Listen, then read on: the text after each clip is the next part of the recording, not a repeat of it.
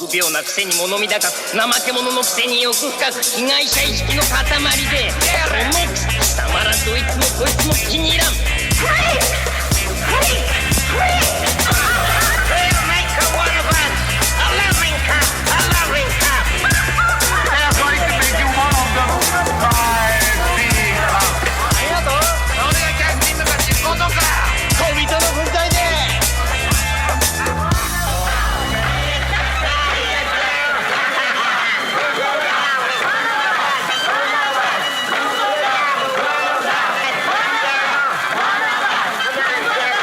Hey everyone! Welcome to another episode of Sleazoids, the podcast where we go down the rabbit hole of 20th century genre fare from the most influential canon classics to the trashiest exploitation films we can get our hands on and invite you to tag along in helping us create a canon of sleaze. Each week is a double feature, Grindhouse style, where we discuss two films, loosely related by subject, genre, actor, filmmaker, or franchise, and at the end of each episode, along with our honorary Sleazoids, which you can become by subscribing on Patreon. You got to do it! We decide on all the official ratings for the and Patreon. rankings for every film that we cover. Patreon subscribers also get an on-air shout-out and 2 bonus episodes every single month. This is Jamie's fault, which we have been doing for... Holy crap, we've been doing it for almost 2 years now. Yeah. Bonus episodes. Crazy. So there are 50 plus, coming on 60 bonus episodes soon for you guys, for anyone who hasn't made the jump yet. So if you haven't, patreon.com/Sleazoids podcast, I would recommend doing that.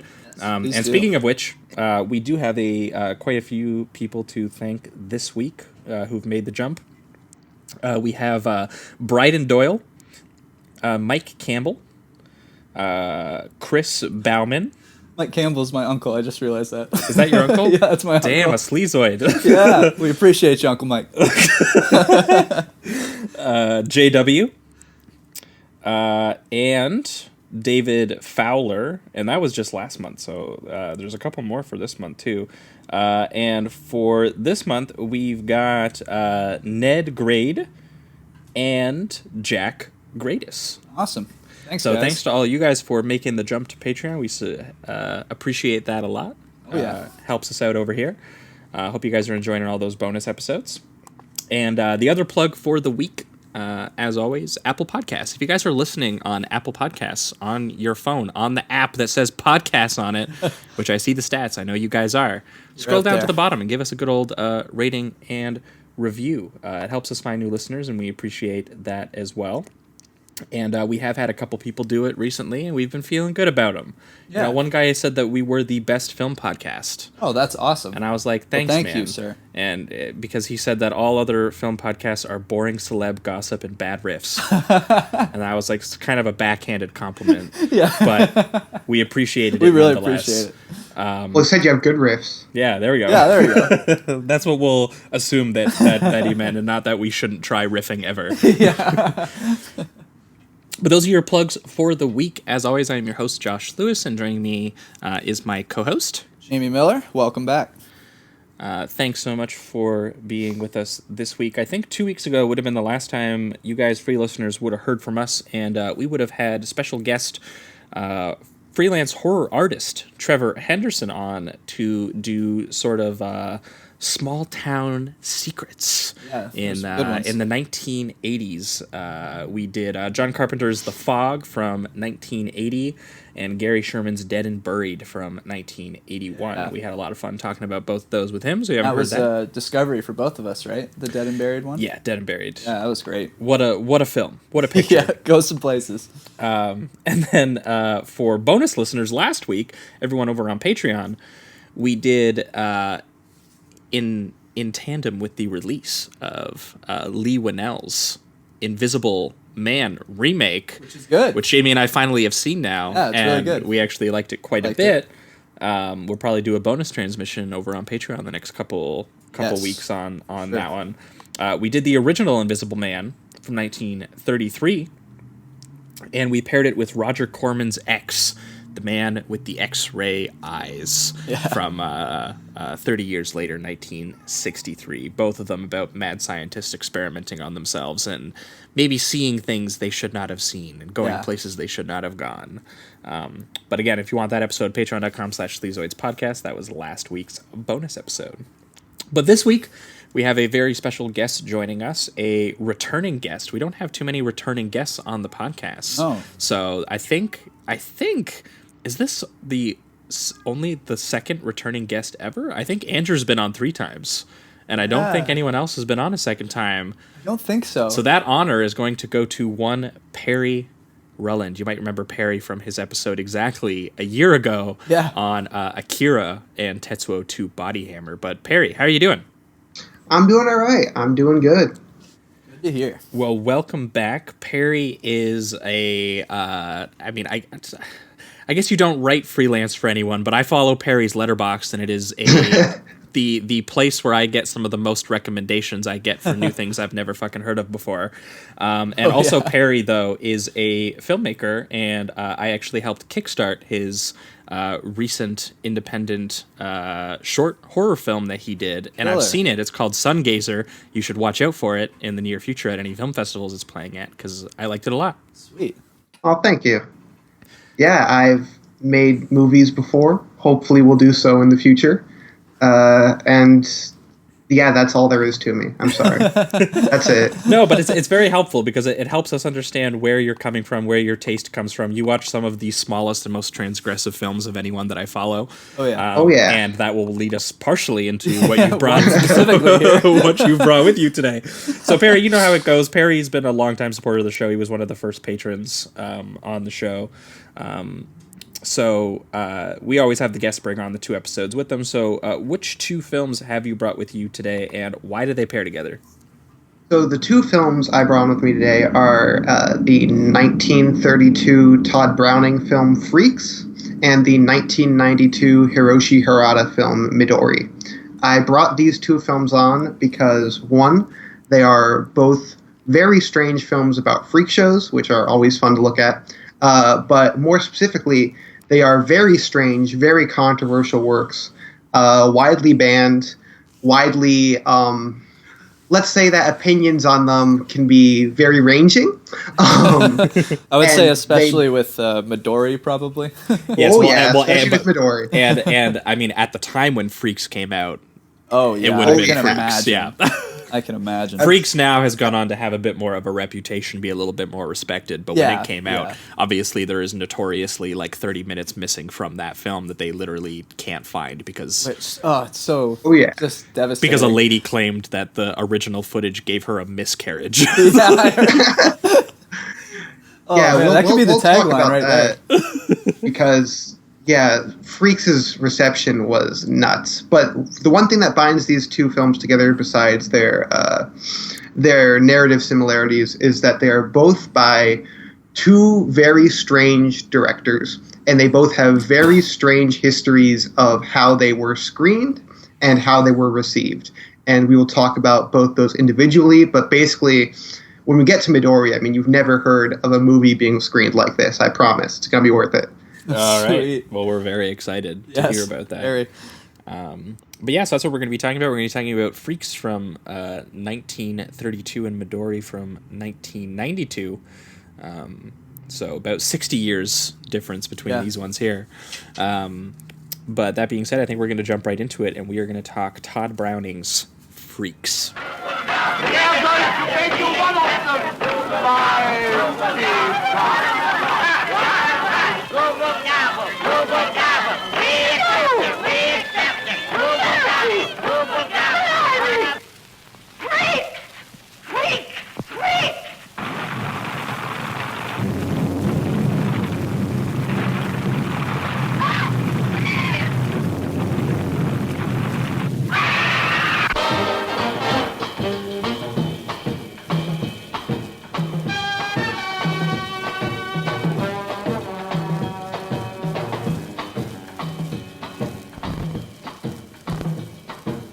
All right, we are talking Freaks, the 1932 American pre-code horror film produced and directed by one Todd Browning.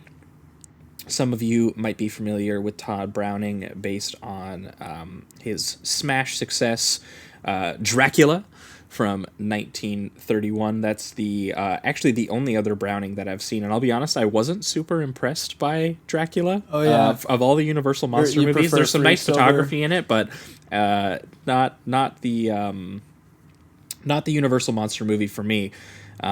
Whereas Freaks, on the other hand, which was basically greenlit right off of the success of Dracula, being like, you need to follow it up immediately with something that's dark. That was basically what they told him, was just that Dracula was a big success. It was kind of dark. They were like, do something weird, man. Just go nuts. And he did. And he wrote this did as well? he? He just really went off. No, I don't think that he wrote this one. Okay. But they basically had him like select who he wanted for the Gotcha. project and like decide what his next project was going to be. Okay. But they just knew that they wanted to immediately be like, Todd Browning, massive success. We want another Todd Browning horror film like within a year. Okay. Like, so it was that quick, quick of a turnaround. yeah, Dracula was 1931 and Freaks was right. 1932, so they came out pretty close to each other. And Dracula was pretty highly regarded at the time, correct? Yes. So like having this move, I'm sure. Like, give me some insight on the reception of this one thing, because like I can imagine this was far more controversial than Dracula. Well, it helps by briefly kind of like telling you guys, for anyone who hasn't seen Freaks, like what Freaks is and the reason anyone had any sort of revulsion to it in the first place. Yeah, for sure. Is that loosely it is a story about a bunch of circus sideshow performers, many of them deformed or disabled in certain ways, and Todd Browning made the controversial decision in the casting process to actually cast real sideshow and circus performers, real disabled people in the film. He has little people, he has Siamese twins, he has people missing arms, people missing legs. One guy is literally just a torso. Yeah, I think there's one guy who seems to have like a kind of like a flamingo leg, like his body kind of like his legs have kind of a bent shape to them and stuff like that. And he decided that They're pretty extreme. in a way that I think many people at the time would have read as exploitative. He hired all of these people as actors to be in this film, but then his actual film kind of started to take shape, and he has a story that is actually largely about just the daily routines of these people, and actually what is a very human portrait of people who live this kind of life and how they are treated. And because the majority of this isn't horror at all. No, Like, it's really it's like a just melodrama. Yeah, exactly. it really is a 30s melodrama about like who's going to marry who and how are people going to afford their lifestyles and like things like this until the last like 10 or 15 minutes of the film. Now I understand that this gets real creepy. was originally a 90-minute film and that there is a lot cut from the last half hour of the film. Is there more horror elements that were cut? It sounded like there was a lot more of the comeuppance. Okay. It cuts away from the violence pretty quickly. It sounds like there was an entire set piece of them like brutally killing the trapeze artists and stuff like that. Chasing through the woods kind of thing. That just doesn't Yeah. end. It actually goes on. Yeah, it It goes on, and they corner the Hercules, and the original ending of it is that they castrate Hercules, and then the last image of the film is like Hercules singing falsetto, and then it ends. Holy shit! Yeah, that's a powerful one. I mean, I will say I think when we get to it, the ending image of this one with the trapeze artist is pretty crazy. Yeah, well, that and there was more imagery of how she got turned into that. Oh, yeah. wow! Yeah. Oh, wow! That Like would have the- been insane. Yeah. So apparently that's what like a lot of the missing footage from the film is, and that was what really upset people. When I it also came out. heard, and this is less of like the violence, but I also heard that they're missing a clip where the torso guy, the one that he has no arms or legs. Yeah. He not only lights the cigarette, but he rolls the entire thing, and you see the entire process, and that got deleted as well. And I What? can't find it, and I'm just like, that would have been unbelievable to watch.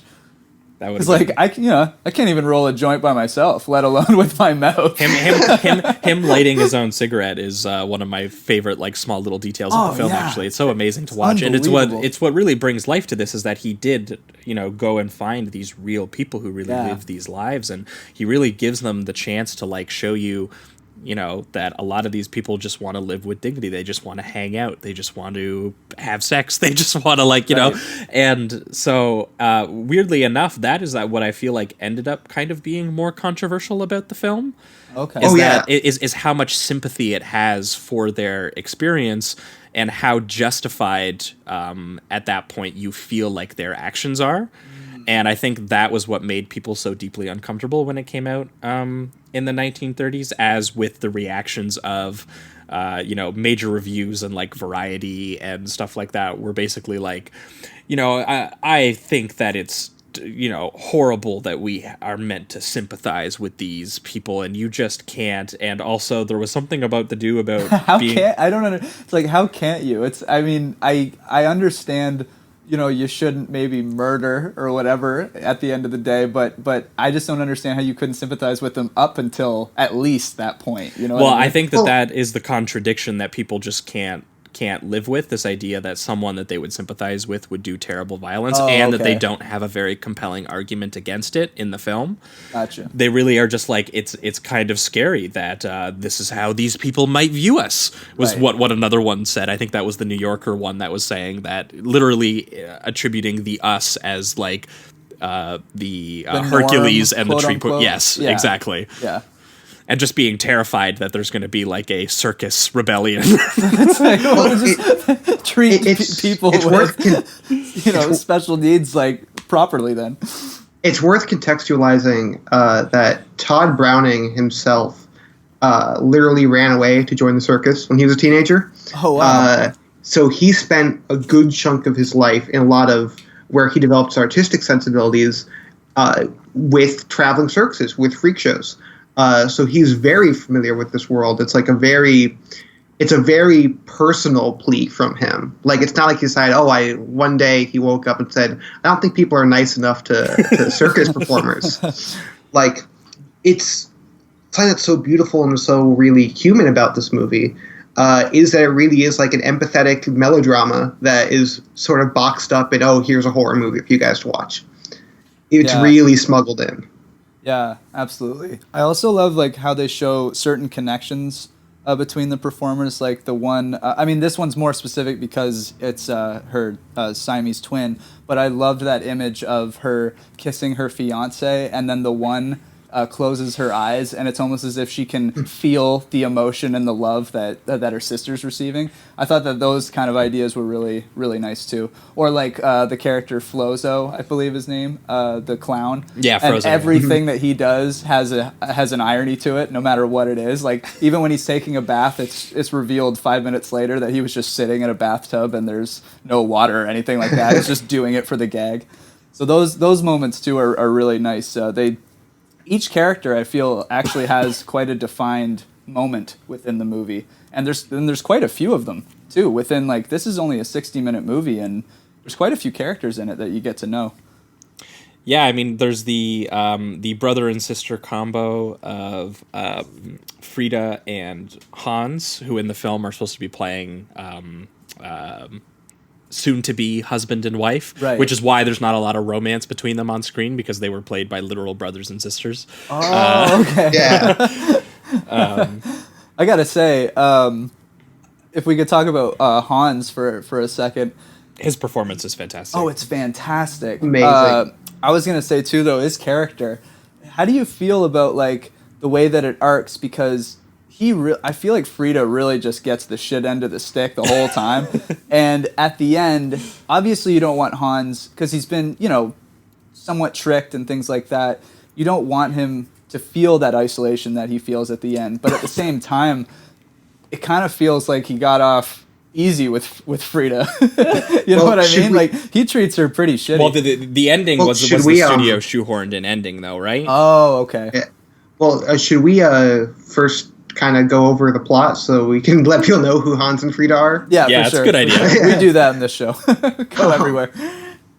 No, it's all good. But the film, the core of the movie is a love triangle, and there's a carnival dwarf named Hans, and his wife, or his soon-to-be wife Frida, and Hans is also somewhat enamored with Cleopatra, right? Is that her name? Cleopatra. Yeah. Played by Cleopatra. the Russian actress Olga Baklanova. Yeah, and she's this. She's the trapeze artist. She's like the star of the show. And learning that Hans has this inheritance, she teams up with the strongman Hercules to plot to kill Hans and steal his money. Yeah, not a nice. Not fun. No. Not a nice lady. No, she definitely wants to take advantage of him and shows interest in him exclusively for that reason. And he gets very excited because, someone of normal size doesn't, he describes it as, that person always kind of like laughs at me. And there's a nice gesture at the beginning where he tries to like put like her coat on for her. And she's kind of like doing it in like this sort of like smirking, like pity kind of way. Yeah, and mocking then him the whole time. And then he explains like, look, no, like I'm trying to do this for real. Like people think that I'm a child because I'm small, but like I'm a real man. I have feelings. And then she actually just bends down and lets him do it, and it's actually like a really nice moment. Yeah. And after that is when she starts plotting with his interest in her. Yeah, she like starts right away to take she advantage starts of mocking that. Frida, basically, and just kind of teasing her and definitely poking at her, trying to get her upset.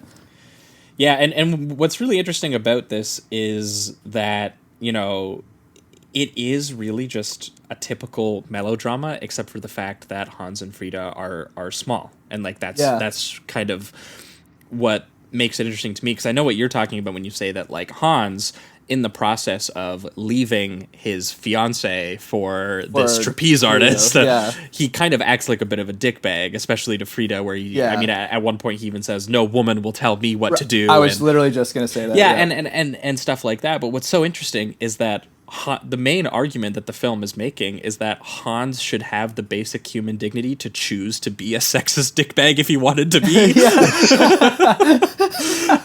Equality. Todd Browning, you're canceled. Yeah. So like, because again, he's not saying that like Hans is like a good person for doing that, but he's kind of like Hans should have the decision. He should have the choice. He should be able to, not be treated like a little monster and be taken advantage of just because of that, and be seen as lesser because of that. So, but you are right that he does very much mistreat Frida, who's very much by him and just wants to help him and support him and see him happy. Yeah. And there is a horrible scene where she is basically just like, you've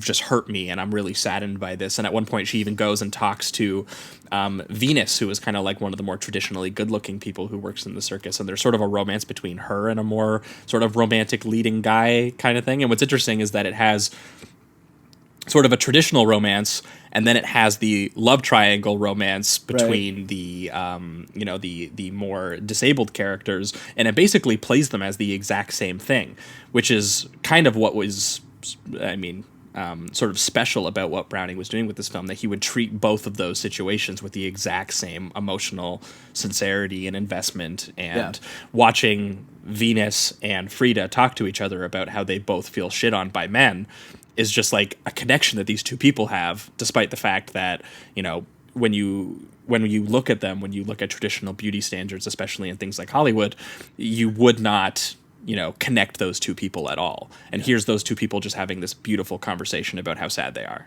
Yeah, and, absolutely. And especially when you look at freak shows of practice, because the whole idea of freak shows, it's inhumane. It's you get people with disabilities, and then they are literally trotted out to an audience to be laughed at or scared of. And what is so beautiful and admirable about freaks is that you don't really get that opportunity. The framing of them is never like as monstrous or anything, with the exception of the ending, where they're enacting this righteous justice, and it's like this is how the people view them as monsters, but what they're doing in the plot is by the film standard justified.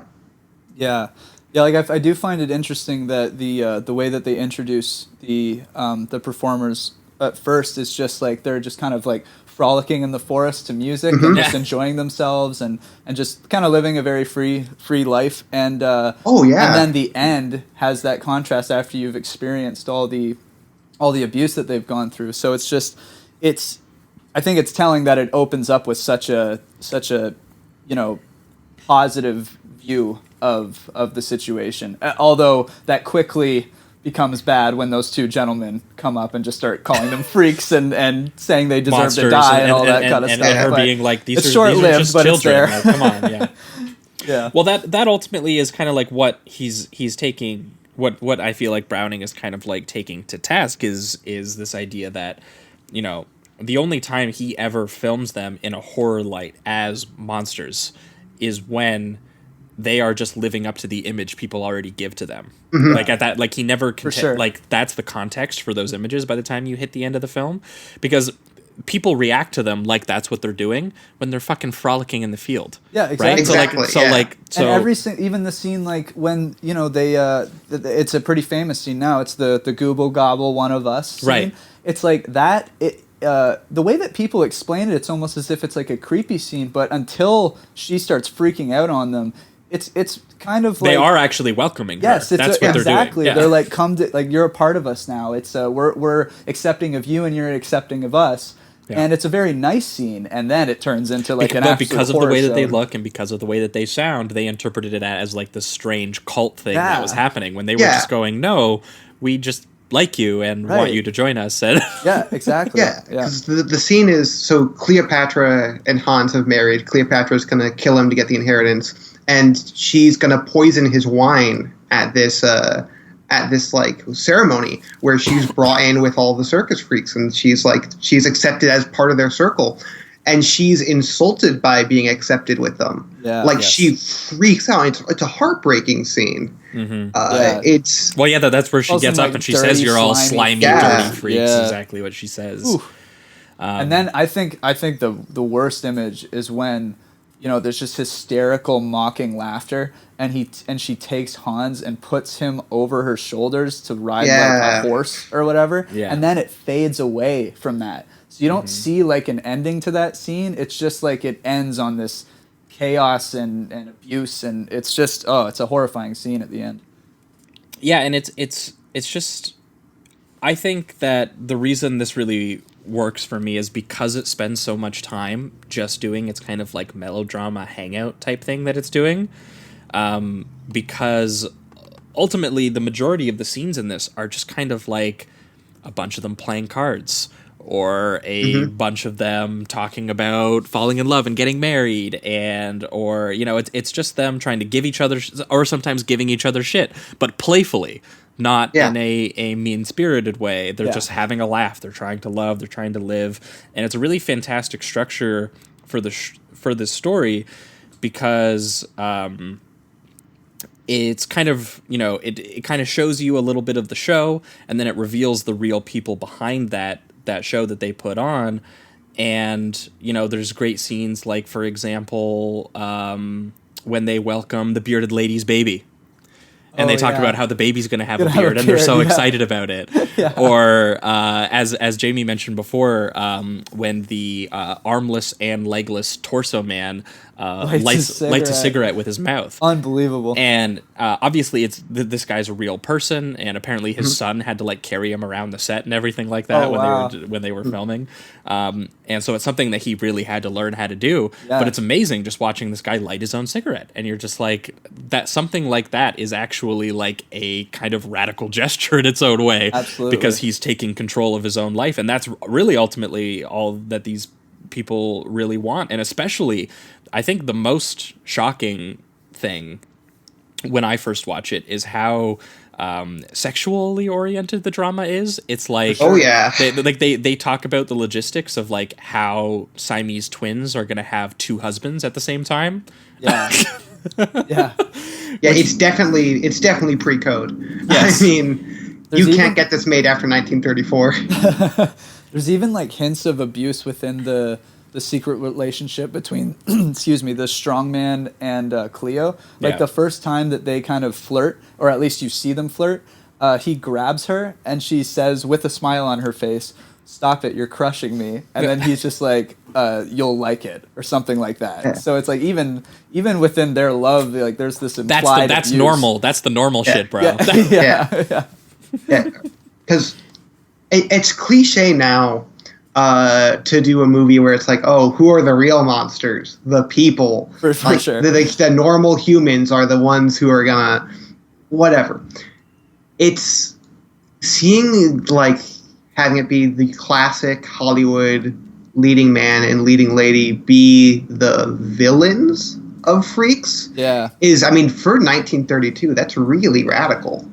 Oh, it was really subversive. Like, it's clearly what people rejected when the film came out. Like, it was clearly that they went into it and they were used to, because of Hollywood standards, identifying with characters like Cleo and the Strongman, and instead they were asked to, how about you look at the basic humanity of these people you otherwise wouldn't consider, and then see the conditions that they're in and what would cause them to maybe go over the edge. Yes, and straight up kill the people that you're used to identifying with. And you can tell that even in that situation, they were identifying with the people being killed, which is what really fucked them up. Yeah.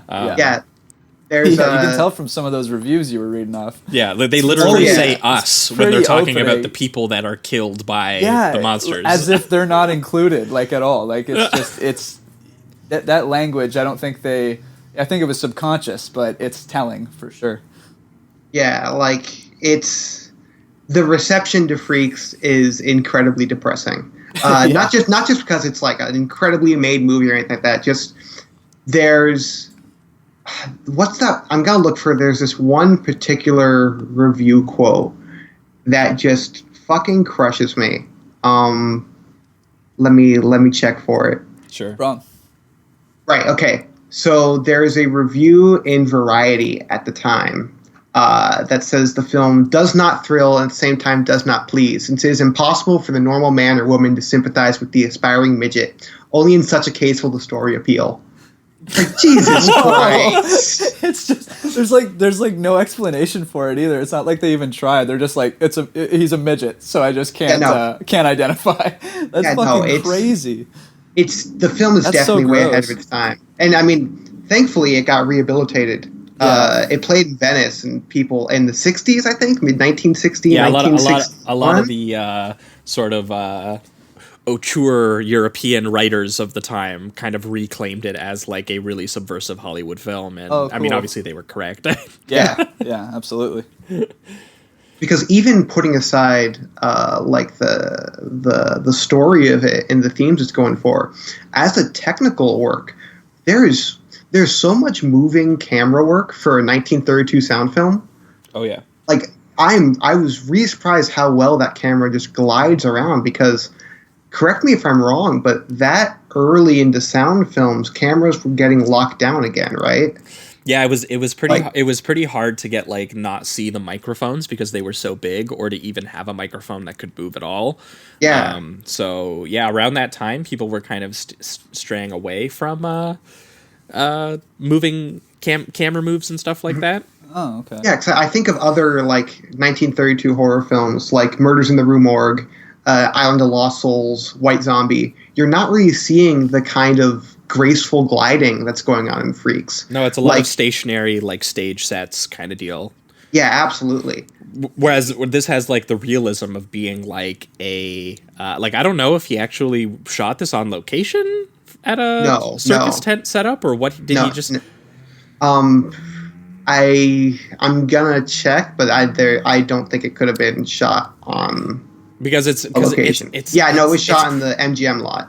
Gotcha, but it's pretty convincingly looks like like a back lot, because a lot of it's not like even indoors. Like some of it a lot of time is on like these, just this pile of dirt that they've set their tents up and set their carts up on and stuff like that. Or even like the scene where things go down, like the murders scenes, like where it's just pouring rain and they're going through all the muck and the mud. It's like a fucking chase scene. Yeah, it's like moving cars and shit. Yeah, it's fantastic. It's worth noting that the movie had two production designers. One of whom would go on to do Singing in the Rain and Wizard of Oz, and the other one would go on to do North by Northwest. Damn. So as far as set construction goes, they were in good hands with this one. Yes, they were. Wow.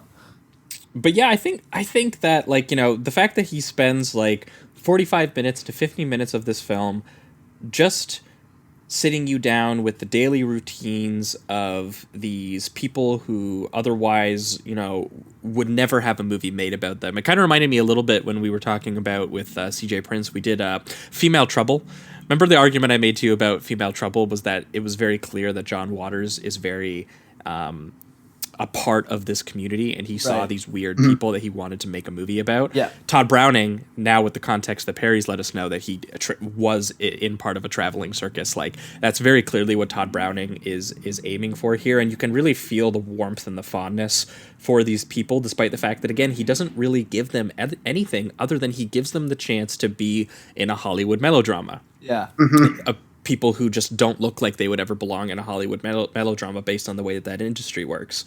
And so the reason why the ending and its pivot to horror, and we mean like real horror when it pivots to horror, like the violence really goes up. The final images of them bringing the big strong man down to their level and having him in the mud with them as they crawl towards him, and even seeing the dude, the armless and the legless dude with a knife in his mouth. Crawling towards him and stuff. Through the mud too. There's like something about that image where it's like he's so dedicated. Yeah. So like he's gonna get dirtying there. up his face. He's in there, and like there's something so frightening about. And that. those early shots too of before they realize what's happening. And Cleo's just like kind of like walking around outside, and then she notices like two of them are watching beneath Under the stairs. steps in the shadowy lighting and stuff like that. And it's completely silent, just people watching. Love the shots of the one smaller guy. He takes out like a pocket knife and then starts like rubbing it, and then it goes to the legless dude that walks with his arms, and he takes out a gun out of his tuxedo and he like shines it and shit. That's like gangster stuff right there. That was crazy. Yeah, no, they're going well, and that I think is really clear to me with what he's going for, because the guy who pulls the gun out of his tuxedo, he's very clearly leaning into an image. Yes, absolutely. Which I think is what's Without a really doubt. important, because what's so tragic and unsettling is that they are playing into the exact imagery that people are scared of them for. It's not just that, like, they are this. It is like, they were like, no, you think we're this, so we will be this. Yeah, they'll be that to destroy you. Exactly. So there's almost like this sense of like self-actualization that comes from when this turns to horror. And it's like, so if you are going to treat them like monsters and belittle them and hurt them and impoverish them, it's like, what choices are they really left with at that point? Yeah. It's like, we might as well just become what they think we are. Right. And it's worth noting, and turn them into us, which is eventually what they decide to do with Hercules and with Cleo, by turning her into like a legless bird person. A chicken woman. Yeah. Like the announcer at the end, he even says something along the lines of like it was the code of the freaks or something like that, which is a little bit insulting just to call them freaks at the end of there. But obviously the announcer would be using that kind of language, but to recognize a little bit that even like that character recognized that they were doing that out of a kind of a vengeful oppression, like it's at least it recognized by other people that that's the story. It's not just like, it didn't end with people thinking that they were just straight up crazy, circus performers that just killed some girl. You know what I'm trying to say? Yeah. Yeah, like it's very clear that Todd Browning knew exactly what he was doing, and that people weren't ready for it. Yeah. That audiences just weren't. The vocabulary of the way that we communicated ideas through film was not ready for someone to watch the Hollywood couple be monsters that got murdered for being monsters by people who look different, and in a way that translates into just even deeper ideas beyond the literal of just otherizing people in general. I mean, a lot of people at the time, too, who did like the film, because of the Great Depression, they read it as a class conflict thing. Yeah. Because it was like it was around the time that like they had like the biggest financial crash that they had ever had. And a lot of the poorest people were being viewed in that way as inhuman and dirty, and you didn't want to spend your time with them. So some people read it that way. And then, the history of this also in just sort of like normalizing certain disabilities and the way that, so like this is the way that people have studied this and the way that this has lasted means that this is like was far beyond its time when it came out. Oh yeah. Oh yeah. People Absolutely. were finally ready to start talking about it in the 60s. So Yeah. That's nuts. Wow. Yeah, So- and it's a shame how it was received, and it's definitely a shame that we can't find the full version of it. I mean, you Yeah. can find the full screenplay out there pretty easily, but the actual film sequences, people have been looking for years. I mean, you never know what you can find. It wasn't like The Passion of Joan of Arc found in the closet in like a nursing home or something. yeah, it was. Yeah. Wow. Yeah, That's great. so like you never know. Maybe I could be like living on top of the last Reels of Freaks or something and not know it. But yeah. for now, I mean, what we have is still incredible. Oh yeah, and I just want to see that footage of that guy roll that tobacco cigarette with only his mouth so badly. Because I mean, just him lighting it was unbelievable. But what are you gonna do? All right. Well, It's almost 100 years old. pivoting into the reductive rating round for me, this one's going to get a really strong to high for. I do feel like the thing holding me back is the studio shoehorned last 1 minute where they do try to really forgive Hans and say that it's not his fault. Yeah, I was talking about that in the beginning. Which yeah. is again just a way that they're trying to limit how grotesque he gets, because again Yeah. you're meant to empathize with him. And people didn't empathize because they thought that he got too gross when he did the murders, and he led a rebellion to kill the normal Yeah. people. And it's like- and to me that is really besides the point. I mean it's understandable that the studio ended up doing what they did. They caved to the audience reaction, but Yeah. I imagine the 5-star version of this film is in that lost footage. Oh, absolutely. Yeah. Because I Yes. gotta say, like, Frida is just she's such a caring character, and to have Hans, it did suck a little bit. Like, there's even a scene where she says something like, I don't care if he leaves me for you, blah blah blah. I just want him to be happy. Like that's true love. You know what I mean? Like there's some true love that she has for him. And then that ending scene just kind of irks me a little bit because I'm like, you don't deserve her. Well, and for me, honestly, it's just what she says. It's when she says you didn't know that they were going to do that, and it's not your fault. Even though she spends the whole movie like warning him and telling him that that's going to happen. No, I mean like that they were going to be like as violent. Like she's basically absolving him for his role in turning Hercules into a castrating falsetto man that we didn't get to see, unfortunately, and turning Cleo into a bird girl, the chicken lady. Yeah, exactly. So I do wish that even if they just didn't include that line, I would be a little bit more forgiving, because I do think it's really important that they did commit the violence, and it is gross and it is icky, but you are meant to identify with the people who are doing it. And I think that a movie doing something like that came out in 1932 is kind of what I really care about when I watch this film. So that one line where they try to walk it back a little bit, I'm like, you don't have to do that. You don't have to do that, man. Yeah, it's okay. I completely agree. But yeah, other than that, for everything that we've said already, like again, the way that it tackles these people who otherwise wouldn't get a film, these people who are it tackles disability better than most films coming out today tackle disability. Absolutely. There are some really horrifying films about disability. I remember you watching one with it's the girl from Amelia Clark. Amelia Clark did one recently that was basically a remake of Beauty and the Beast, but but the guy's in a wheelchair. But the guy's in a wheelchair, which is what his Beast side is, and she basically helps him commit suicide so she can take all of his money. It's so fucking like the way that you explain that movie makes me just want to watch it, because that sounds so unbelievable, you know? Like, yeah, it literally is. The guy is playing the rich dude in the castle who has an infliction, and the infliction is that he's paralyzed. Yeah, and that's what makes him beastly and lesser. So they dealt with things better in 32. Yeah, I can't remember what that movie was called, but it was awful. I do. It is Me Before You. Oh, it is. That is it. So, like, again, that movie came out in 2016, and it has worse ideas about the humanity of disabled people than this film that came out in 1932, which has one of the most moving depictions of it by just showing you that they just want to live a normal, dignified life. They just want to be able to have the same kind of silly melodrama romance story that any other person would have.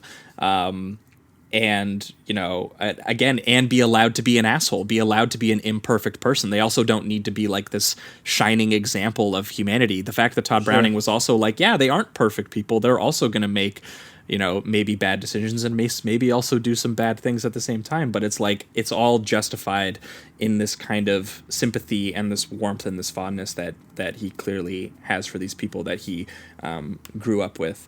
So to do that and then to pivot to this just exceptional final 10-minute horror sequence, which is again among the best horror that I've also seen from the 30s as well. So much better, in my opinion, horror imagery than he even pulled off in Dracula. So, which is like considered an all-timer horror classic. So yeah, absolutely. All of Todd Browning's Carnival films, which there are quite a few, are all just like, I like some of his other work, but it's clear that's where he's really turned on. Like, if you like Freaks, I recommend The Unknown by him, which is a movie where Lon Chaney plays a supposedly armless knife thrower who throws knives with his feet. The twist being that he actually does have real arms, and he uses those arms to commit murders, and he will not be suspected because he doesn't have arms. It's a long story. Awesome. Anyways, that movie is like, it's beautiful and strange and weird, and I know people love Dracula, but when you go between like that and Freaks, then you watch Dracula, it's like, okay. Absolutely. All right, but for you, Jamie. Yeah, I'm also going to give it a 4. This was one of, if not my first really old film. I heard about it through some like cult film forum or something like that, so it was something I could actually watch before this show started, which was exciting. So when you brought it on, Perry, I was really excited about it. Yeah. I love the way that they show the performers. There's a lot of humanity and empathy, and one particular scene I enjoy, like he even got some of them to act. Like there was one of the shorter ladies. She couldn't speak any like real language, it seemed. Like it was just kind of noises, and there's a whole scene where she interacts with the clown, and it's just very heartwarming, and you can tell that there's some genuine friendship there. And I like that Todd actually got them to do some acting. It was really cool and heartwarming at times. And then of course once it takes that dark turn, man, that image of her as a chicken lady has just burned into my brain forever. So yeah, it's fantastic. Highly recommend. And hopefully that footage is out there where they cut her in half. Really? It's out. Is that? No, I was saying hopefully, because clearly that's what they do. Right. Yeah. Oh yeah. She's got like her bottom half is a complete like feathered chicken butt or some shit. It's crazy. It's crazy. But yeah, I'll give it a 4. I'm gonna give it a 4 for the same reasons as you two. In that I think there's a 5-star film hidden to the depths of time. Absolutely. That unfortunately quite there, but what is there is fantastic. I think it's just one of the most exciting films of the 30s, regardless of genre, regardless of director, country, whatever. I think it's an incredible movie. And I think about it a lot. I mean, there are movies that I might like more, like from the 30s, but I don't know. I think about Freaks probably more than anything else from the decade. So yeah, I agree. That must count for something. Absolutely. Hell yeah! I was actually trying to think about what 30s films I might think about as much. I guess maybe like M. Oh yeah, M's gotta love M. Of the Universal monsters, I really like Bride of Frankenstein. But other than that, this one's up there for me for sure. Yeah, I definitely have more of a blind spot, but I love this movie. I think the only one that rivals it for like amount of times I am thinking of sequences from it is like The Blood of a Poet or something. Or like one of the early surrealist shorts. But have you seen The Black Cat yet? I forgot that The Black Cat. I have not 34. seen The Black Cat yet. The Black Cat. Yeah, I listened to you and Mike talk about it. Oh, we were stoked about the Black Cat. Now I'm just thinking about all the 30s movies I like. So before we go too far here, also Only Angels Have Wings. Sorry, I'm done. We're done. But that was Freaks from 1932, directed by Todd Browning. We are going to be right back, and we are going to be talking about maybe a hell of a film. Perry's gonna have to take the helm on this one. I think. Yeah. It's the most normal movie ever made. Yeah, Perry's gonna have to explain himself a little bit on this one with the pairing, because the circus setting, I see it. Oh man. Some other content You of thought the next Freaks film. was dark.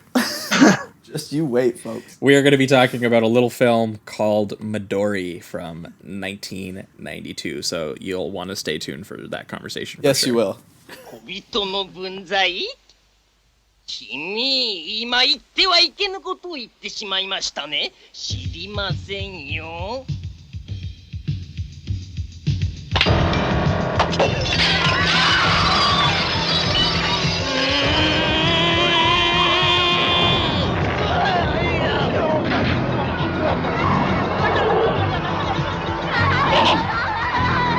なんてことをやめてくれ。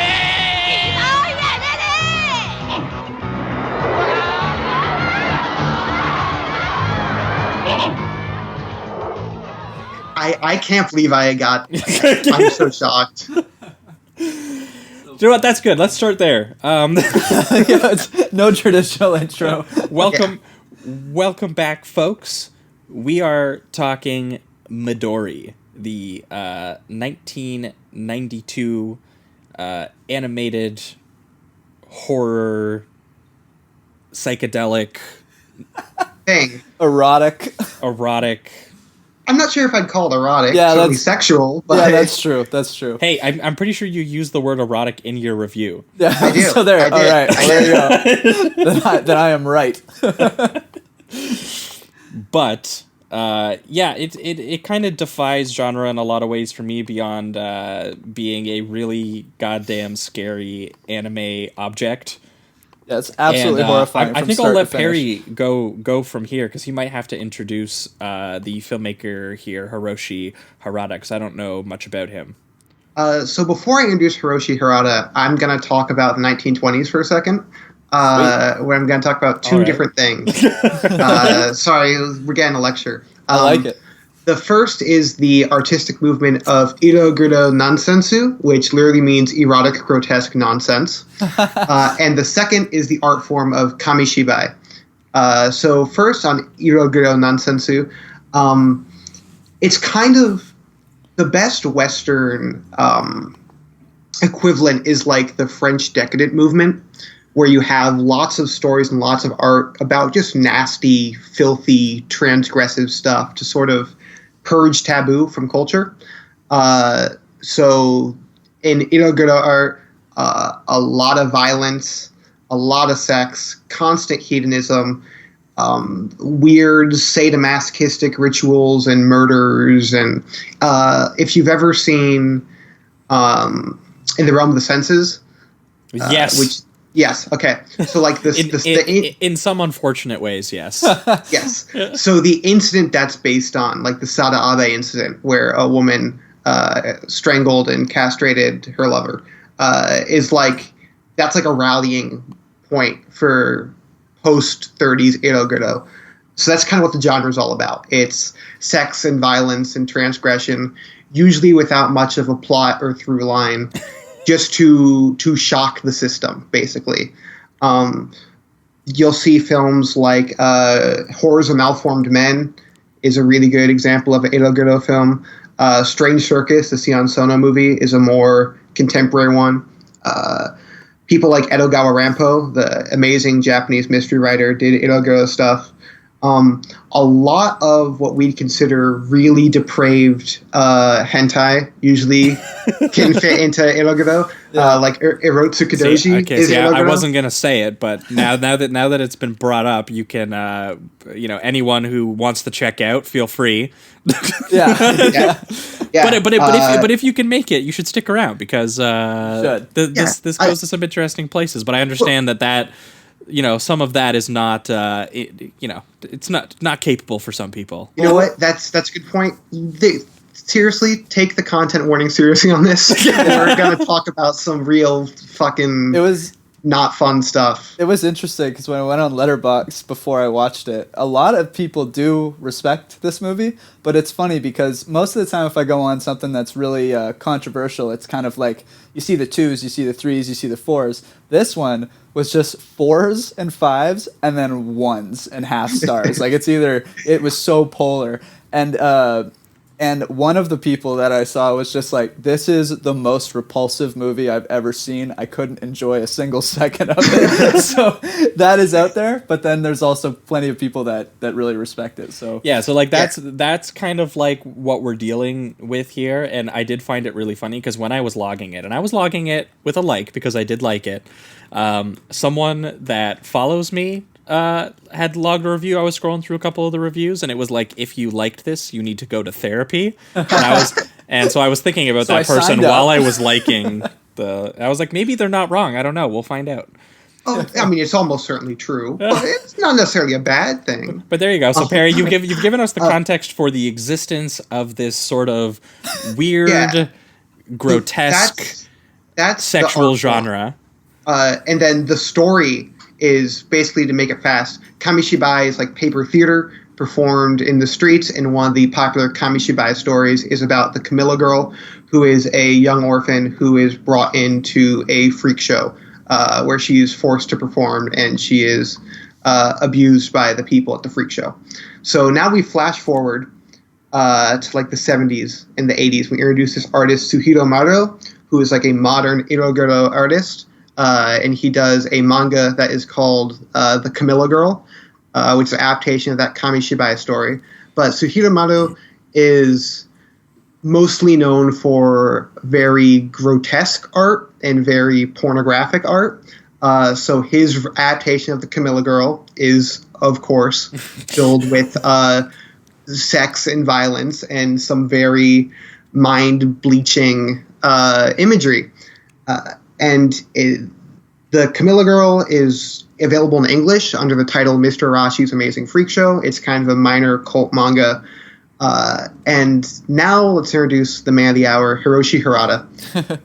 Hiroshi Harada was an animator who was very unhappy with how the anime industry works, where he felt that artists weren't really able to fully express themselves. And he made this one movie all by himself, this short called The Death Lullaby. And The Death Lullaby went over very well. And I think, let me get the name. There's a very famous artist that really took The Death Lullaby. Oh, whatever. The point is that someone at a festival loved it. And that encouraged him to make a longer work all by himself. So over the course of 5 years, Hiroshi Harada animated an adaptation of The Camilla Girl. He did it all by hand. It's just one dude making this whole movie. And when it was complete, it was one of the most grotesque animated things ever put to film. And he had a very special way of showing it, which is why the film isn't widely available. Well, one of the reasons why. The other reason is it's banned fucking everywhere. But what he wanted to do is he wanted it to be like an interactive screening. And what he did with that is the film, you had to see it on a film print. It did not play in theaters. It played at underground pop-ups that would travel with circus performers around the towns. They would leave cryptic flyers in the towns and set up instructions on like dolls that were placed around the town with arrows pointing that would lead to like underground chambers you'd have to go to get to the theater. That's awesome. It's amazing. And there's like interactive things. This also sounds like the scariest possible setting in which to see this film. Yeah. Oh, absolutely. Oh my God. You travel through all these like cryptic clues and you finally get down to a basement. And in this basement, there are a bunch of circus performers and like fire breathers. And then this movie starts playing. And 56 minutes later, you are in a very bad place mentally, and there are still circus performers all around you, and then you sort of stumble out of the theater in a daze, and the next day it's all gone, like it was never there in the first place. So wow. This is very much committed to being a multimedia, multi-something experience with the film as a center point. And I'll talk more about some of the reasons why the film can't be seen widely when we actually talk about the movie. It's probably not what you're expecting. But basically, Hiroshi Harada was very against the film screening in any context other than these special pop-ups. A French DVD was eventually released in 2006 with English and Spanish subtitles and French subtitles. And that was the copy I assumed we all watched. That's the copy we watched. There are 8 minutes missing. But the plot is still pretty one-to-one to the original manga. So, do you know what is missing in those 8 minutes? I do not, actually. Okay. I've done a lot of reading on it. Just curious. I don't know.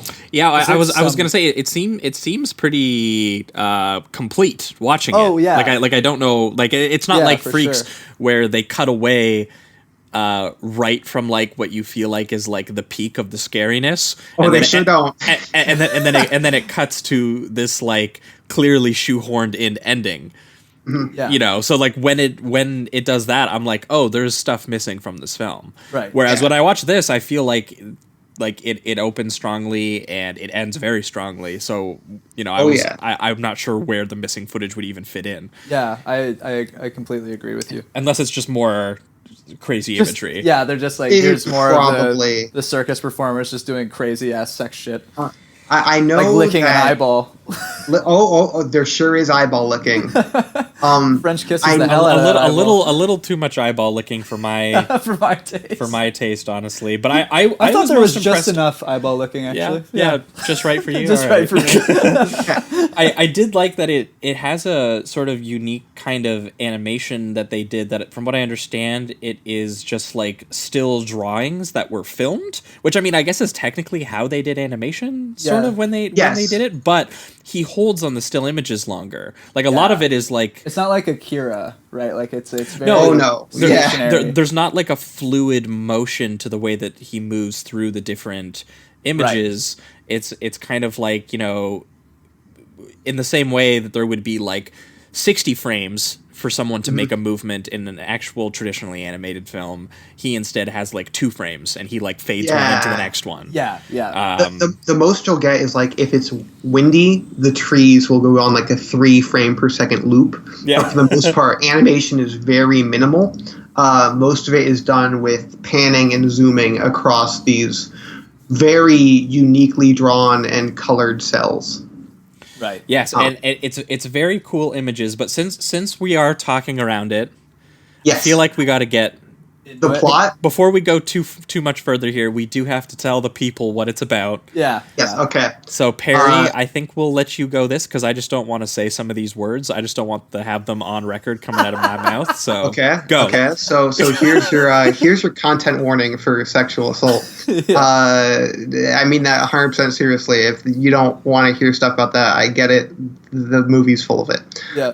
So Midori is a movie about a young girl, a Camilla girl named Midori. Her parents are dead.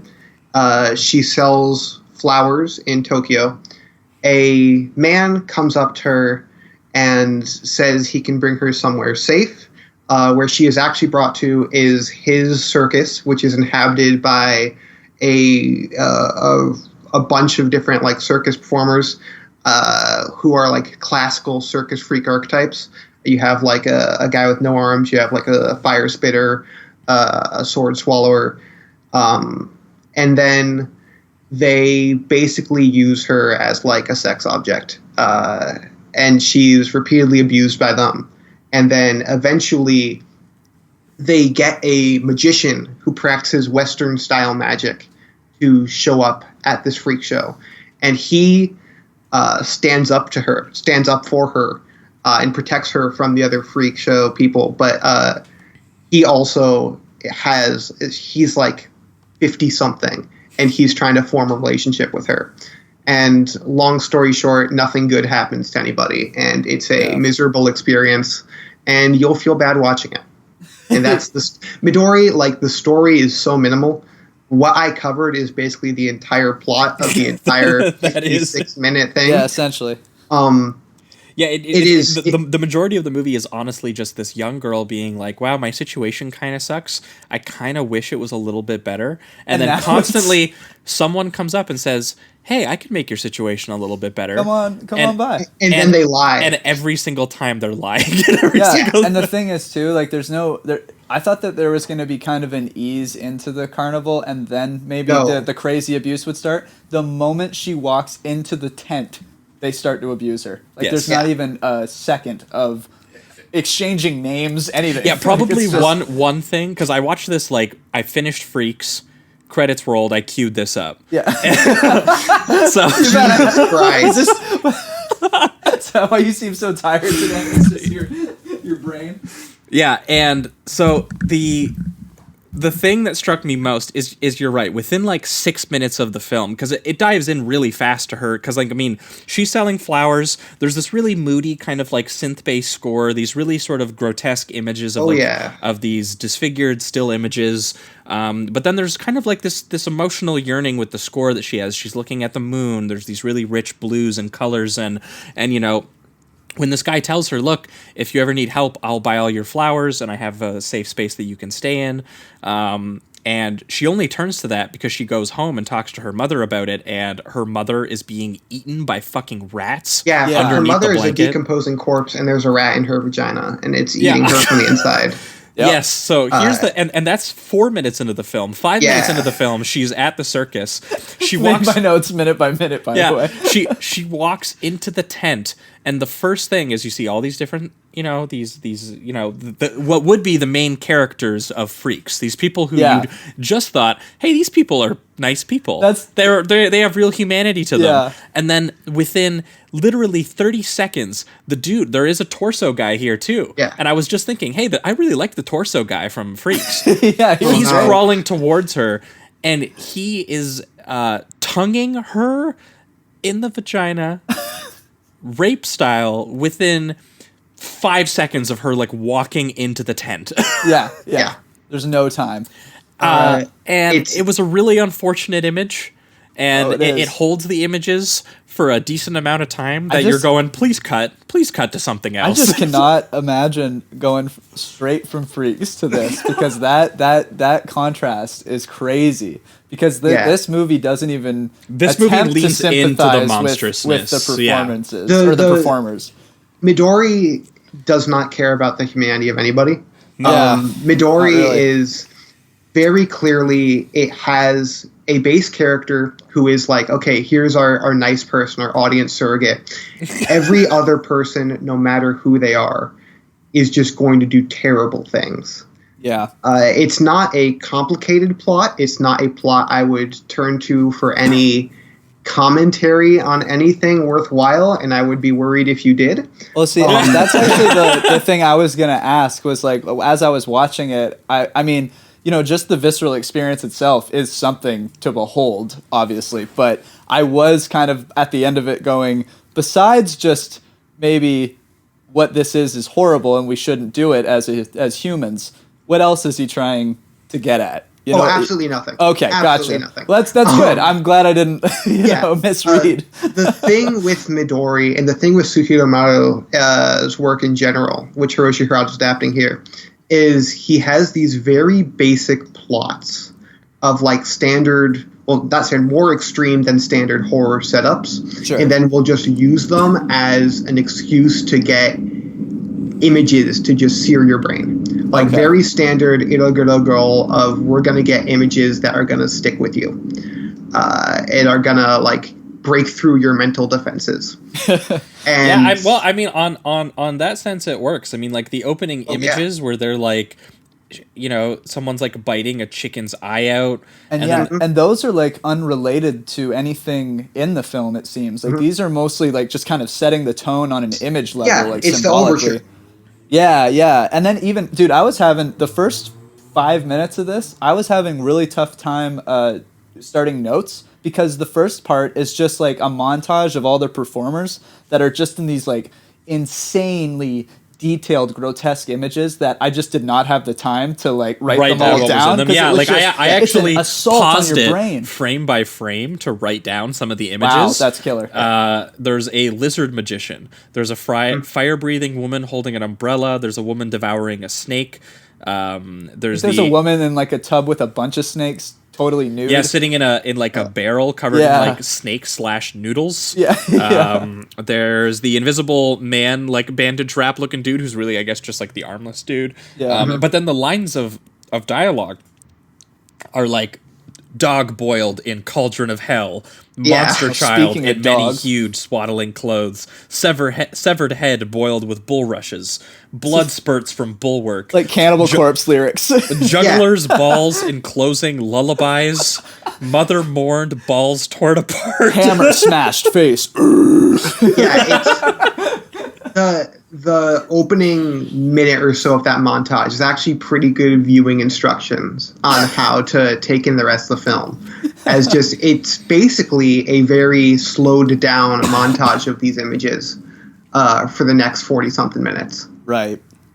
Yeah. And I think the thing I go back to a lot when talking about Elaguro and talking about Suhiro Maru's work in this film is Maru's, the image he returns to again and again is someone holding open an eyeball and licking it, which appears in this film multiple times, and it appears in most of his works.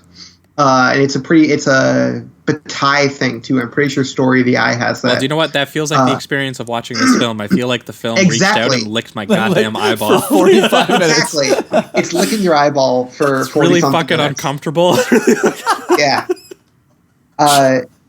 And Oh my god.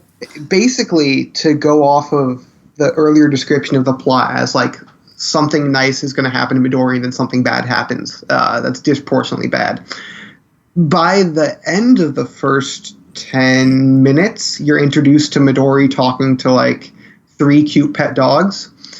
And then As soon as I saw that fucking dog, I already knew. The thing about this film It's is so within adorable. the first 5 minutes, you know the tone. So when I saw that she was hiding puppies, I'm like, it's over. Like, this thing is dead. It's fucking gone.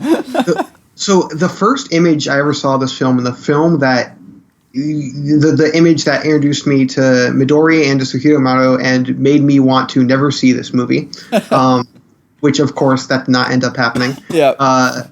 Is there's one frame of like one of the circus performers stomps on a dog. Yep. And there's like intestines and vomit and blood everywhere, and it's like a plain white background.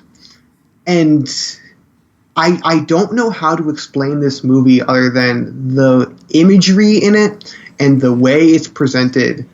I'm pretty jaded when it comes to movies and art. I'm pretty desensitized, I guess. Every time I see this, we're getting pretty hard to shock around here too. I found some images in this pretty shocking. Yeah, Oh, every for time I sure. see this, I want to cry. Like, it fucking hurts me. It's like because the detail is unbelievable. Like none of it is implied. It's all shown. Every bone crunching. And then afterwards they fucking eat it in front of her. Yeah. In front of her. Like it's just like it's nonstop cruelty. Yeah, I mean, And- like a good way. I mean, to be fair, they kind of set you up for that scene in the chapter heading because it is broken down into chapters, and the chapter heading for that particular chapter is called "Patience and Submission," Oh yeah. which is kind of what again you kind of have to have when you're watching this a little bit. Yeah. Yeah. Because I did see some people thought that some people were describing it as kind of like dull, and I don't think that that's the right word. I would definitely disagree with that. It's not dull, but it can be mind-numbing. Yes, I would say, Yeah. but I would say that it did test my patience a little bit in the sense that like I was sitting there going, this is it's so much. Yeah, for sure. It's so upsetting and clearly intentionally upsetting and finger poking, in the eyeballs of and it does have imagery and almost almost like a kaleidoscopic, like nightmare quality to it. For sure. Yes. And it's also trying to shock you simultaneously. Well, because they also start to go in and out of reality, because once that magician comes, he does these extremely detailed illusions to the point where at one point the audience thinks that they're becoming like grotesque alien monsters and stuff like that. I'd say probably the best animated scene in the movie is the magician is being heckled. The magician's thing is he's a guy who his whole trick is he can make it look like he can shrink so he can fit inside of a bottle. And he's doing his trick and getting heckled by the crowd. And I forget the exact quote, but it's something like deform and die. Which he yells. No, he calls them all lazy, greedy cowards because they were sort of like gawking at him and waiting for him to do his trick. And he basically goes like full carry on their ass at an audience of people. But the line that he actually has is he says, "Change your shapes and become deformed." Yes, is what he screams at them. Damn. And the montage, I mean, I've seen it many times, and it's still like, Jesus Christ, what's going on? Like people's heads turning into like brains that turn into penises. Yeah, people's intestines are exploding. Yeah, there's a man who becomes impregnated with intestinal worms that explode out of him. Yeah, there's also a baby Nazi. I don't know if you noticed that one. Did you notice the baby Nazi? Baby Nazi. Oh god, that's funny. The one image that really stuck with me was when I think I don't know if it's the same audience montage, but it's when one of the performers it's when the one performer shows Midori that she's actually a guy. And so he shows off his penis. The like sort of like trans coworker. And then it cuts to this more surreal, abstract image of it, and he has the penis, and it's like 12 feet long, and it's wrapped around her neck, and there's fire in the background, and it's just like turns into so like a weird art piece for a second. Yeah. And you don't know if it's like it goes in and out of that. You all don't the time. know if like she's going fucking crazy, right? Or if it's the actual reality of what's happening. Yeah, part of it is like, is it like there is magic and there is weird shit happening, but also is it like just the fractured psyche of someone who has had this like level of violence dealt on them? Because they even mention the audience after they get all deformed that they report in the film. They're like, all of the audience members went back to normal. Yeah. So I don't know if that implies that they just their minds went back to normal, or if their bodies literally fucking deformed for 10 minutes and then went back. The movie is definitely from the subjective point of view of Midori. Yes. Yeah. Like the ending is all the ending, which is heartbreaking for me. Oh yeah. Is just like, yeah, she's finally snapped and she's envisioning all this. But the film in general, it just does such a great job of putting you in the headspace of everything in this world is dangerous and scary. Yeah. Because everything you see in Midori is dangerous and scary, and it is exhausting, and it is punishing to watch, honestly. Like, it drains you. And there's only so many, like, melted faces and, like, eyes popping out of people's skulls, and, like, everyone turning into just, like, an art piece of, like, mutilated meat before you kind of go, what the fuck? What the fuck? Like, it's just insane. It's totally alien, yeah. Yeah, but do you watch the thing about this movie too is that as you're watching these images, you know, it's kind of taking it out of you, and then not only that, but you're watching like Midori. That's what the movie basically is. She starts with very little hope, but some, and by the end of the film, she's left in a white room with a stick, and that's it. You know what I mean? So it's like the end. You're depleting yourself, and then you're also watching this character get depleted the entire time. It also helps that it cuts between this really it moves to these really grotesque horror sequences, and when it's not doing that, it's like Midori is like trying to think of a way out. I think of like the shot, for example, of like when like the synth score like really takes off and she's watching like a train ride off, and she does that over and over again too. Like those moments really stick out because it really gets you into the feeling of like Midori yearning for literal escape, of getting out of this situation, and that's what makes the final chapter, which is called Under the Cherry Blossom, so kind of like in tune with that. This is also where it feels like the animation gets a little bit more, like, it moves a bit more, at least the way that they film it. I don't know if it's more just like panning that they do, but it at least feels a little more. I also think he was trying to get a little dreamier with it. Yeah, for sure. So it gets way more surreal as the because film it's goes. like the nicest thing finally happens, which is that, again, and in the context of nice, we're talking about like a weird 50-year-old man is being like nice to her. Will be like, yeah, I'll take you away from this creepy and pretty circus. much he even mentions if you'll have sex with me, you child. Yeah, essentially it's like she goes from being owned by the circus to being owned by this magician. So but it's not much but better. at least she kind of likes him, I guess, is the idea, is that there's she's just like, there. he's interesting, he does a funny show, I kind of like being a part of his show, and we talk to each other, he's not terrible to me. Right. Like, that's it. The bare minimum for her is, here's a guy who like just doesn't rape me. Like exactly like the bar for her. Right. And when they decide that, she is going to actually like escape with him, and he gives her these visions before they do, of like this black and white, like old school still photography of Tokyo that she animatedly runs through this like still photography, and then is reunited with her parents and is talking about like cake and school, and he's conjured this fantasy of being like, we can return to normalcy, I can take you away from here and we will go back to Tokyo and we'll try to like bring you back to your life before you got picked up and enslaved in the rape circus. But the sequence where like she goes, it's not a dream, we're really doing this. They even wave goodbye to her, and she doesn't even hate them anymore because she's finally leaving all the circus people behind. And they go to catch a train, and the magician goes to go and get some food for them, and he just gets gutted by like this random thief. And then you find out that, I mean, I had a hard time kind of following it, like maybe literally what was happening. I thought a little bit. I couldn't figure out if like gist, maybe because he died the illusion went away. Yes. Is that sort of like what happened? Like he was leading her into an illusion the entire time?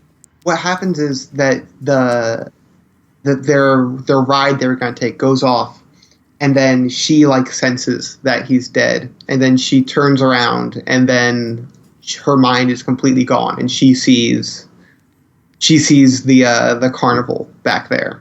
Right. And the last sequence is she sees a vision of all the people from the show that abused her staying there, and they're all laughing at her under these falling cherry blossoms, and she picks up this stick and she envisions herself fighting them all off. And then she fights them all off, and the last image is she's standing in this white void where she was fighting them. And now they're gone, and now there's no one, and there's no way out. And then she screams, and it is... I don't know how to describe it, but that scream is like fucking soul piercing. Like it's like the scream at the end of Blowout or something. Like I get chills hearing it. It's something about Midori where every time I watch it, I've seen it more than anyone should probably see it, which is like once at most. Yeah, I was gonna say I saw that you logged it like. I've seen it 5 times. 5 times? Yeah. Yeah, I've seen it 5 times. Have you ever seen it in a theater? Is that even possible? No. I once campaigned to show it at my college cult movie club, and they're like, no. And I'm like, that's probably the right thing. That's fair. Okay. That's fair. I'm not mad about it. But every time I see it, it somehow gets like... The first time I saw it, it just terrified me. And every time I see it, it just gets more just deeply, deeply sad. And I just feel not like freaked out by the end, I'm just fucking depressed. So it's definitely not a good vibes for me, but that scream at the end it depresses me. It just ruins my day. Yeah. Yeah, 100%. And it's like there's something and so just so I can kind of get that interpretation again, the guy, the magician that gets stabbed. So is that's a part of the illusion, no? Or that that happens. That does literally happen, and so that's That what happens. makes the entire thing disappear. Yes. Okay. Yeah, Okay, I just wanted to clarify. And you know, Because it I happens interpreted it because- as that was actually an illusion in itself, and he was fucking with her so much that he even teased that he killed himself in the illusion to keep it going for her. So I thought there was like some more cruelty there. But yeah, now that it's kind of literalized, that's just purely sad, really. Yeah. in like a moment of random violence too, of Yeah. just like, you know. Yeah, for sure. And that's something about, I guess, the very simplistic underlying philosophy of Midori, which is just that if something bad can happen to you, it will. Like the universe in Midori is an actively conscious and aspiring to crush Midori. It seems Right. like the world of Midori has no goal except to ruin this one person's life. Yeah, 100%. It does And- feel like there's just some deity above her just going, nope, nope, nope. And if that was played for like drama, I think it would be really cheap. But when it's used in like this surrealist horror setting, it's just deeply upsetting. Yeah, I It's agree. just really, I don't know. I'm getting like upset talking about the movie. Like it hits you. I don't know. Yeah. Yeah, it's definitely not the easiest watch we've ever had on this show. No. Yeah, no. for sure. But I will say I enjoyed it. I don't know if we're getting to. I don't know if anyone enjoy is has the some right word. Well, you know what? You know what I'm Yeah. saying. I thought it was a good piece of art for what it is. Yeah, if we're heading into the reductive rating around this one's going to get the 4 from me as well, actually. Nice. I think I'm doing it too. I do think that, like, again, the way that it kind of works is this almost like weird psychedelic kaleidoscopic like nightmare shock cinema Yeah. aspect to it, but again, the still image artwork itself and some of the compositions and like the texture and the colors and, you know, kind of like the mood it creates of longing and sadness inside Midori interspersed with like this really grotesque, like cruel punishment, almost for having it. Yeah.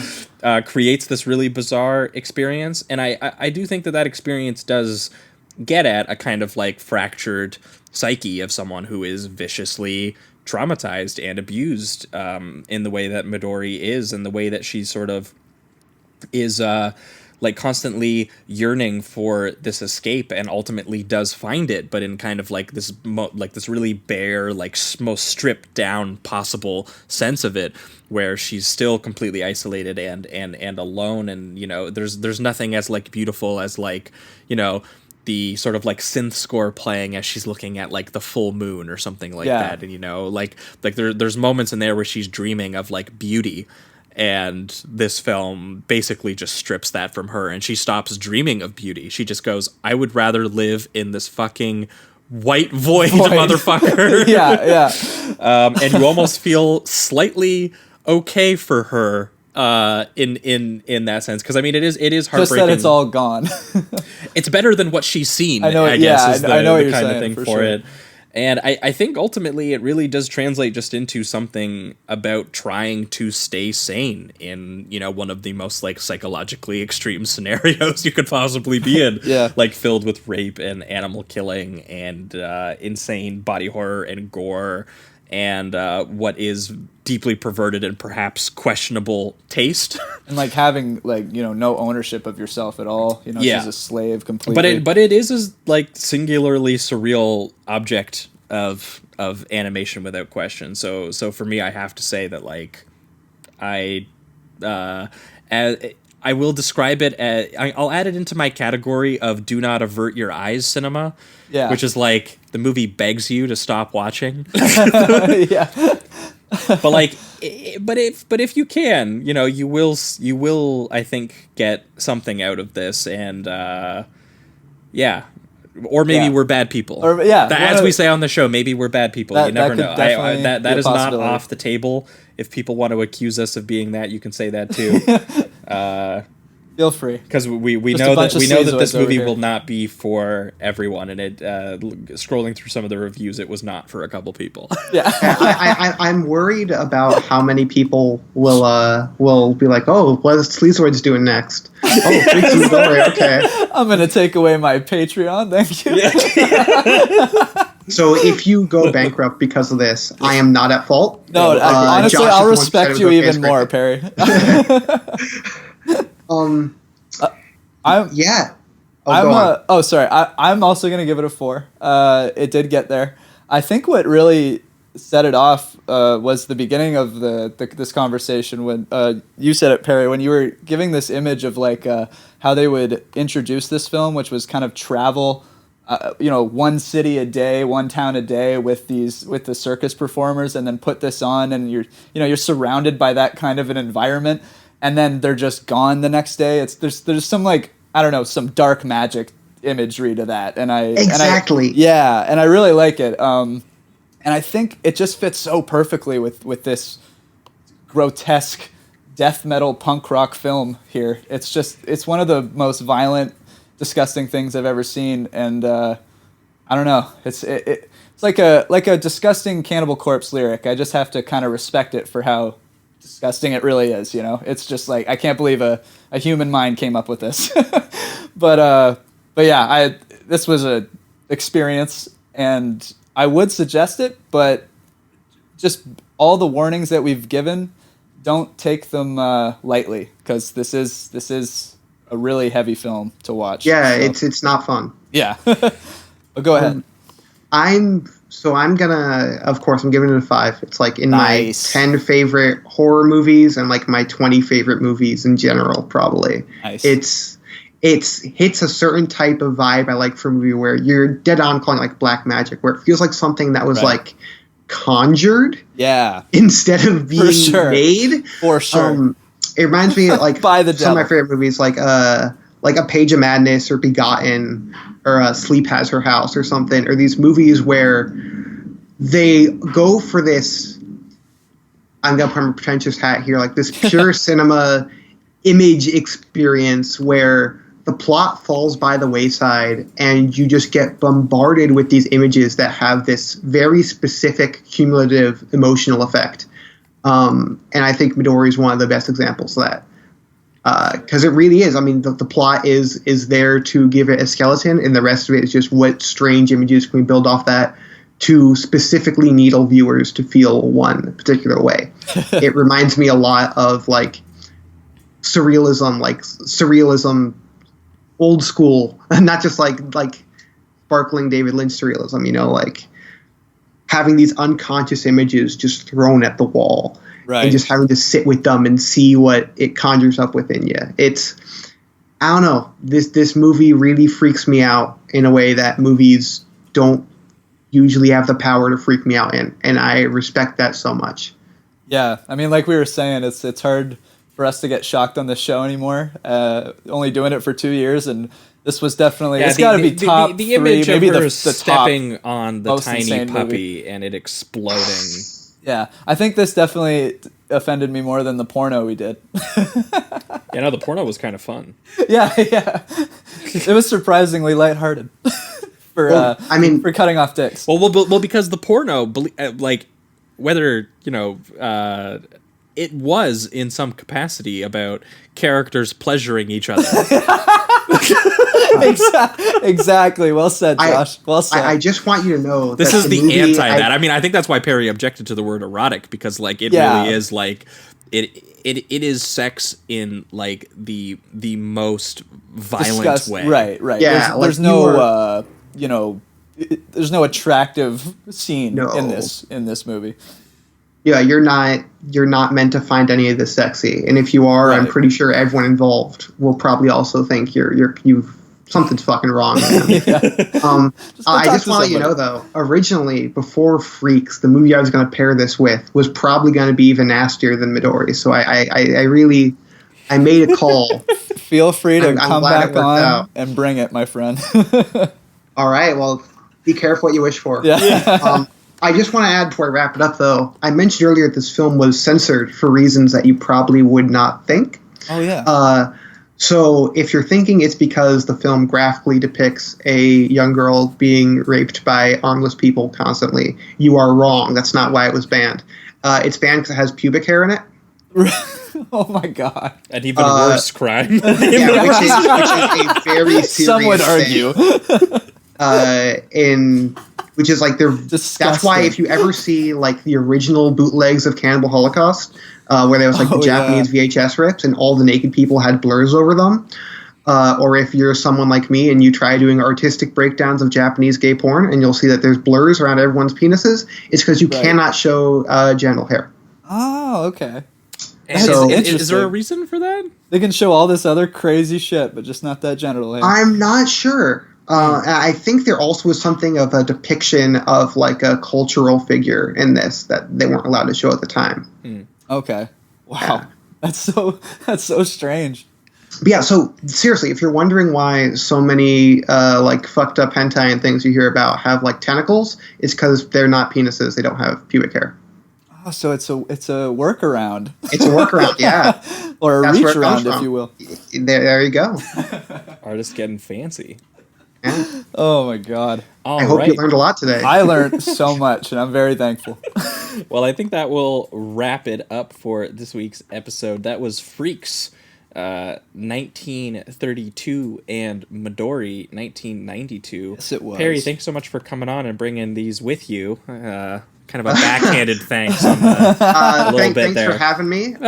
Hopefully, the true test will be if you speak to me again within a week. Yeah. Yeah. Now, if you've got anything to plug, do it up. Yeah, I do.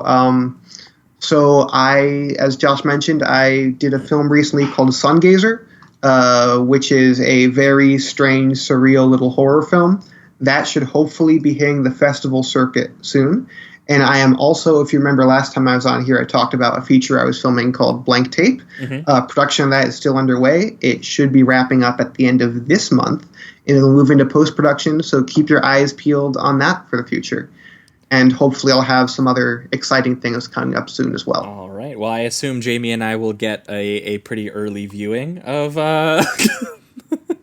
Blank Take. Maybe we'll have you come on. That'd be killer. Free advertising. Okay, I'll take it. We'll see. We'll see how we do it. But either way, I can very highly recommend Sungazer, having already seen it. So definitely check it out if you get a chance. And is that going to be available for outside the festival circuit? Yeah. Once the festival run ends, I don't want to say what I'm doing with it yet, but there's going to be a pretty unique form of physical distribution for Sungazer. Nice. So keep your eyes peeled for that. Cool. Sweet. Well, definitely look out for that. We can recommend that. For our listeners, in 1 week's time, we are going to be back with a bonus episode for you guys over on Patreon, where this show is a land of contrast sometimes. I try to, move from episode to episode with some sort of gentle form to it. Yeah. But we're going to be doing sketch comedy next week.